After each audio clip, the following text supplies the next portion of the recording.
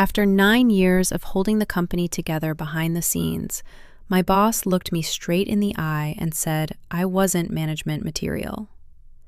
Then he told me who had gotten my promotion, and suddenly, resigning felt far too simple. By 9:12 Tuesday morning, I knew something was wrong.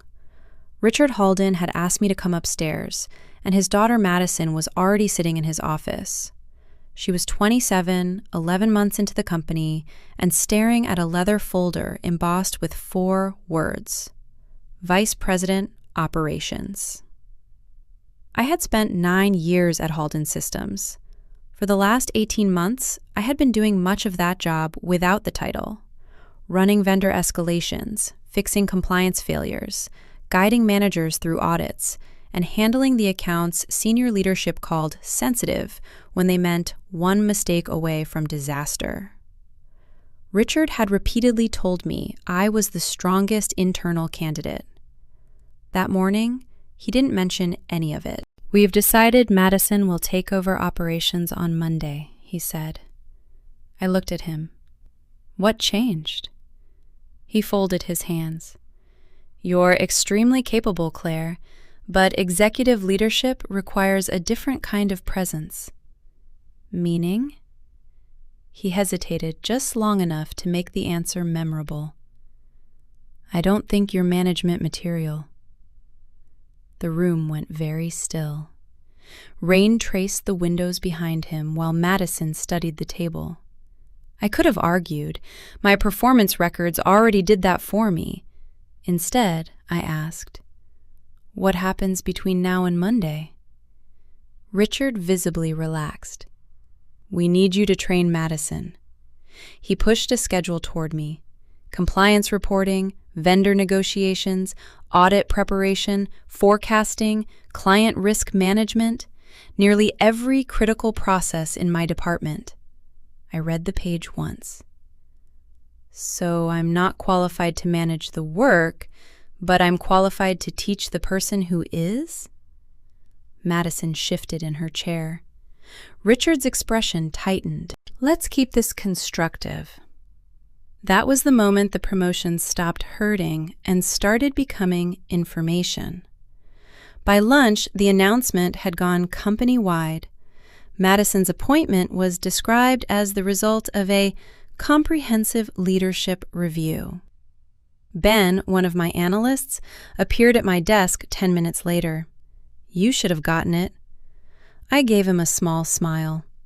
Apparently, comprehensive means something different upstairs. He lowered his voice. "Are you staying?" I looked toward Richard's office. No. At 4 o'clock, I printed my resignation notice. 2 weeks, clean language, no accusations. When I handed it to Richard, he barely finished the first paragraph before looking up. "Claire, this is reactive.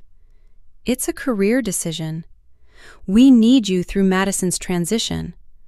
I'll document what's reasonable." His jaw tightened. "You can't transfer 9 years of operational knowledge in 2 weeks. For the first time that day, he sounded completely sincere. "No," I said, "you probably can't." He stared at me. Then came the question that told me more than the promotion meeting had. "What would make you reconsider?" If I truly wasn't management material, my resignation shouldn't have frightened him, but it did. I declined and returned to my desk. That evening, I stayed late to organize the handoff. I didn't delete files, hide information, or make anything difficult. I simply followed the document trail, and my name was everywhere. Audit responses, compliance records, major client recoveries, vendor agreements, executive reporting. Years of emails showed senior leadership relying on me for decisions Madison was now supposed to oversee. Then a message from outside counsel appeared. Subject: Confidential data room preparation. The email requested documents for an upcoming due diligence review. performance records, compliance history, operational continuity, and key employee dependencies. I opened the attached checklist. One section stopped me cold. Key person risk/critical operational knowledge. My name appeared beside 3 categories. Before I could process it, another message arrived from our CFO. Claire, please don't finalize your transition materials until we speak tomorrow morning. There are developments you need to know about. I glanced across the dark office toward Richard's closed door. Suddenly, Madison's request earlier that day for an acquisition readiness file made sense. So did the private meetings with outside counsel, and Richard's panic when I resigned. Something bigger than a stolen promotion was moving through Halden's systems, and somehow I was already inside it. At 8:30 the next morning, CFO Daniel Mercer closed his office door and placed a folder in front of me. Your resignation created a problem. For Madison? For the company. He turned the first page toward me. $140 million. I looked up. We have a buyer, Daniel said. Halden Systems had been negotiating a sale in secret for months. The buyer's team was arriving Friday for the final stage of due diligence, and they weren't just examining revenue. They wanted compliance records, leadership stability, operational continuity, and key person risk. My resignation had landed directly in the middle of it. Daniel showed me the buyer's operational assessment. My name appeared beside compliance history, vendor controls, client escalations, and audit documentation. They asked who actually owns these processes, he said. The answer keeps being you. If I leave, you disclose it. We have to, and they'll ask why. That was the real problem. My performance records documented years of leadership responsibilities. Now the same company had promoted Richard's 27-year-old daughter over me and ordered me to train her. No accusation was necessary. The paperwork already told the story. Can I withdraw my notice? I asked. Daniel studied me for a moment. Yes. Then I'm withdrawing it. 20 minutes later, I sent HR the cancellation. Richard reached my desk almost immediately. You withdrew? Yes. Why? I reconsidered. His relief disappeared when he asked, Did Daniel speak to you? I spoke with the CFO. Richard glanced toward the executive offices. Friday is important. I need everyone aligned. With what? You'll be briefed. He walked away before I could answer. At 10:19, Madison sent me a mandatory training invitation for that afternoon. She arrived with a laptop, 2 binders, and the confidence of someone who had never been required to distinguish knowing the name of a process from understanding how it worked. Dad wants me comfortable with everything before Friday, she said. Let's start with compliance. Perfect. Which framework? She paused. The main one. I waited. She looked through her notes. Our standard compliance process. That answer might survive an orientation. It would not survive buyer due diligence. I explained the correct framework, then moved into document retention and vendor controls. When she made mistakes, I corrected them. When she asked for shortcuts, I directed her to the approved records. No traps, no sabotage, and no covering for her. Every completed topic and correction went into the standard training log. Richard entered near the end. She ready? She completed today's scheduled material. He looked at me for a beat longer than necessary. Madison smiled. I think it went great. I closed the binder. The record could decide that. By late afternoon, the data room was filling rapidly. Legal uploaded contracts. Finance added forecasts. HR added performance records. Then a new folder appeared. corporate governance/conflicts of interest. Minutes later, General Counsel requested disclosure of family relationships affecting hiring, compensation, reporting lines, or promotions. Richard's office door closed. At 4:15, HR requested my last 3 performance reviews and the records connected to the VP selection. I sent them, nothing else. At 5:02, the buyer's due diligence team requested an executive interview with me for Friday morning. Richard was copied. My phone rang less than a minute later. Claire, we should discuss messaging before that interview. Messaging? We don't want internal misunderstandings creating the wrong impression. I looked at the documents on my screen. 9 years of performance records, the promotion review, Madison's training log, the new conflict of interest disclosure. I'll answer whatever they ask accurately. Silence. Then his voice hardened. Come to my office. When I arrived, Madison was there. So was HR. Richard closed the door behind me. The buyer hadn't even entered the building, yet the $140 million acquisition had already done something nobody inside Halden Systems had managed to do. It had forced Richard's promotion decision out of the family office and into the document trail. And on Friday, people he couldn't control were going to start reading it.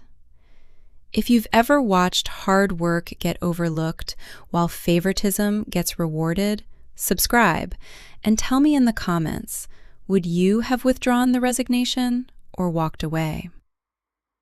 Richard waited until the HR director, Elaine Foster, had taken a seat before speaking. The buyer will be here Friday, and I don't want internal personnel matters becoming a distraction. I remained standing for a moment, then pulled out the empty chair beside Elaine. What personnel matters? Richard's eyes flicked toward Madison. The leadership transition. Interesting choice of words. Yesterday, it had been a promotion. Now that HR and a $140 million buyer were involved, it had become a transition. Elaine opened a folder. Actually, Richard, there's something we need to clarify first. She turned to Madison. Was the VP position formally posted? Madison looked at her father. Richard answered for her. It was an executive appointment. Was Claire considered? Of course.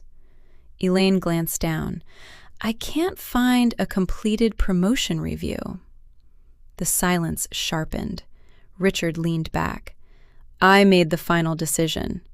That isn't what I asked. Madison stopped smiling. I said nothing. There was no reason to help either side. My performance records were already with HR, and Richard had created the rest of the document trail himself. Elaine continued. The buyer requested information on potential conflicts of interest. A founder appointing an immediate family member to an executive position during an acquisition review will likely require documentation. This company has always been privately controlled, Richard said. And now someone is considering paying $140 million for it. That ended the argument. Richard turned toward me. This is exactly why messaging matters. No, Elaine said, accuracy matters. For the first time, Richard looked genuinely cornered. The meeting ended 10 minutes later with no instructions for me beyond answering questions truthfully. The next morning, the office felt different. Legal staff moved between conference rooms carrying sealed folders. Finance employees checked numbers with the concentration of bomb technicians. Even the executive floor had lost its usual polished calm. At 11:40, Daniel called me. The buyer expanded your interview. How long? 90 minutes. I raised an eyebrow. That seems excessive.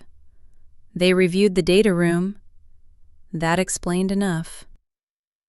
Friday arrived under a clear blue sky, almost offensively pleasant considering the atmosphere inside Halden Systems. At 8:55, 3 visitors stepped out of the elevator with outside counsel. No dramatic entrance, no entourage, just expensive suits, quiet voices, and the unsettling confidence of people who had already read everything before entering the room. My interview began at 9:30. Across from me sat the buyer's chief operating officer, an attorney, and a woman named Rebecca Shaw from Integration Planning. Rebecca opened a binder. "Claire, how long have you overseen operational compliance?" "Formally, parts of it for 6 years. Functionally, most of it for 4. She checked a page. "Who would assume those responsibilities if you left?" "Currently, there isn't one person." "Madison Halden?" "She's being trained." Rebecca looked up. "How much prior experience does she have with these systems?" I answered only what I knew. "Her operational training began this week." The attorney made a note. No one reacted. That was somehow more intimidating than surprise. They moved through vendor controls, audit history, client escalations, reporting procedures, and document retention. Every question was precise. Then Rebecca reached the promotion records. "Your performance review from 8 months ago recommends you for expanded leadership responsibility." "Yes." "And this week you were informed you were not considered suitable for management?" I chose my words carefully. "I was told I wasn't cut out for management." The attorney stopped writing. Rebecca glanced at him, then back at me. "Who told you that?" "Richard." "And afterward, you were assigned to train the new vice president of operations?" "Yes." Nobody needed me to explain the contradiction. Rebecca closed that section of the binder. "Thank you." The interview continued for another 40 minutes. When I finally stepped into the hallway, Richard was waiting near the windows. "How did it go?" They asked questions. "And?" I answered them. His face tightened. Behind him, the conference room door opened. Rebecca stepped out and spoke quietly to outside counsel. Daniel joined them seconds later. Then Elaine from HR arrived carrying another folder. Richard watched the group assemble. "What is that?" he asked. Elaine looked directly at him. "A formal promotion review." Madison appeared from her office just in time to hear it. For once, nobody asked me to explain anything. The records had taken over. The formal promotion review began before lunch.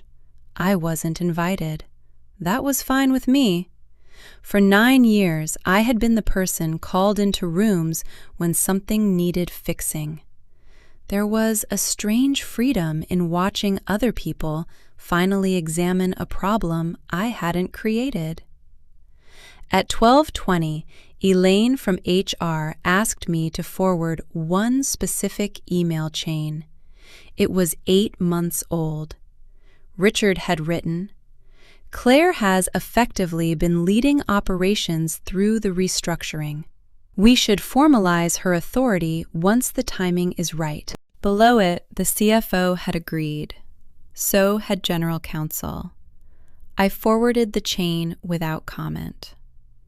10 minutes later, Elaine requested another document, my most recent performance review. The final paragraph described me as a strong candidate for expanded management responsibility. Again, I sent it. No speeches, no interpretation, just evidence. At 1:05, Richard called me into his office. He was alone. The blinds were half closed, cutting the afternoon sunlight into narrow strips across his desk. Are you trying to damage this acquisition? No. Because every document they request seems to involve you. I didn't write the requests. His mouth tightened. You understand what's at stake. Yes, $140 million. That's not what I mean. I knew. His company sale was under scrutiny, but so was his judgment. Richard stood and walked toward the window. Madison is capable. I didn't say she wasn't. You didn't have to. There was the problem. He wanted me to fight him because a fight could be called bitterness. He wanted anger he could dismiss, an accusation he could characterize as resentment. I gave him neither. I've answered every question accurately and completed every task assigned to me. He turned. And the canceled resignation? What about it? Why stay after what happened? I held his gaze. Because leaving immediately would have made your decision the final version of my record. That landed. I didn't need revenge. I needed the truth to remain in the room long enough to be examined. When I returned to operations, Madison was waiting beside my desk. Her confidence from the training session was gone. Can we talk? We stepped into a small conference room. She shut the door. HR asked whether Dad promised me the position before interviews were completed. I waited. There weren't interviews, she said. That was new. Madison sat down. He told me months ago that I'd eventually run operations. I thought he had already worked everything out. Did you know I was being considered? She looked away. Not at first. At first? Her silence answered. For a moment, she looked less like an unqualified executive and more like someone who had just realized the chair she'd been given came with a trap door. I didn't ask him to tell you that you weren't management material, she said quietly. I know. She looked surprised. My problem had never been that Madison accepted an opportunity. My problem was the process Richard had manipulated to create it. Before she could say more, Daniel appeared at the glass door. Claire, by our conference room, now. Rebecca Shaw was waiting with 2 attorneys and a laptop connected to the main screen. A chart filled it. Operational continuity, post-acquisition. My name sat near the center. Rebecca pointed to several functions branching from it. We've identified significant key person risk. Too much critical knowledge is concentrated with you. That wasn't exactly flattering. In corporate language, indispensable often means someone failed to build redundancy. We want to know what it would take to stabilize this structure, she said. You need documented ownership, trained backups, and clear authority. Agreed. She changed slides. A proposed integration structure appeared. Then came the question I hadn't expected. Would you be willing to stay through the acquisition if your role were formally reviewed? I didn't answer immediately. Across the table, Daniel remained perfectly still. What kind of review? Responsibilities, authority, title, compensation, based on the work actually being performed. Not promises, not favors. A review based on records. Yes, I said. I'd consider that. Rebecca nodded and moved on. When the meeting ended, I stepped into the hallway and found Richard arguing quietly with outside counsel. He stopped when he saw me. An hour later, HR sent an executive notice. Madison's appointment as Vice President of Operations was being temporarily suspended pending completion of the Governance and Promotion Review. She would retain her existing role. No humiliation, no public accusation, just procedure. Richard read the notice from his office. Through the glass, I watched him lower his phone very slowly. He had spent years believing authority meant controlling who entered the room. The acquisition had introduced a more expensive definition. Authority had to survive scrutiny, and his decision hadn't. Monday morning, the executive floor was quieter than I had ever heard it. At 9:15, Rebecca Shaw called me into the main conference room. Daniel was there with HR, outside counsel, and 2 representatives from the buyer. Richard sat at the far end of the table. Madison was beside him. Rebecca opened a folder. "The acquisition is moving forward." Richard exhaled. Then she continued, "But with conditions." The buyer had completed its review of operational continuity and corporate governance. The $140 million valuation remained intact, but several leadership issues had to be resolved before closing. Madison's promotion was one of them. The review found no documented competitive selection process for Vice President of Operations, Rebecca said. It also found a conflict of interest that wasn't adequately disclosed. Richard leaned forward. "I had authority to make that appointment." "You did," one of the attorneys replied. "The issue is how that authority was exercised during an active sale process." Nobody raised their voice. Nobody needed to. Rebecca turned to Madison. "Your VP appointment will not be reinstated." Madison nodded slowly. She looked disappointed, but not shocked. Richard was different. "You're letting outsiders determine my management team?" Rebecca's expression remained calm. "You invited outsiders to purchase your company." That ended the debate. HR then outlined the corrective plan.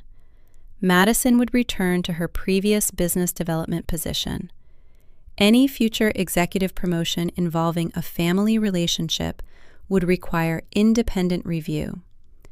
New governance procedures would be implemented before closing. Then Rebecca looked at me. "Claire, we completed your role assessment." Richard's attention shifted immediately. The buyer had compared my title against the responsibilities documented across years of performance records, compliance work, client management, and operational decisions. The conclusion was simple.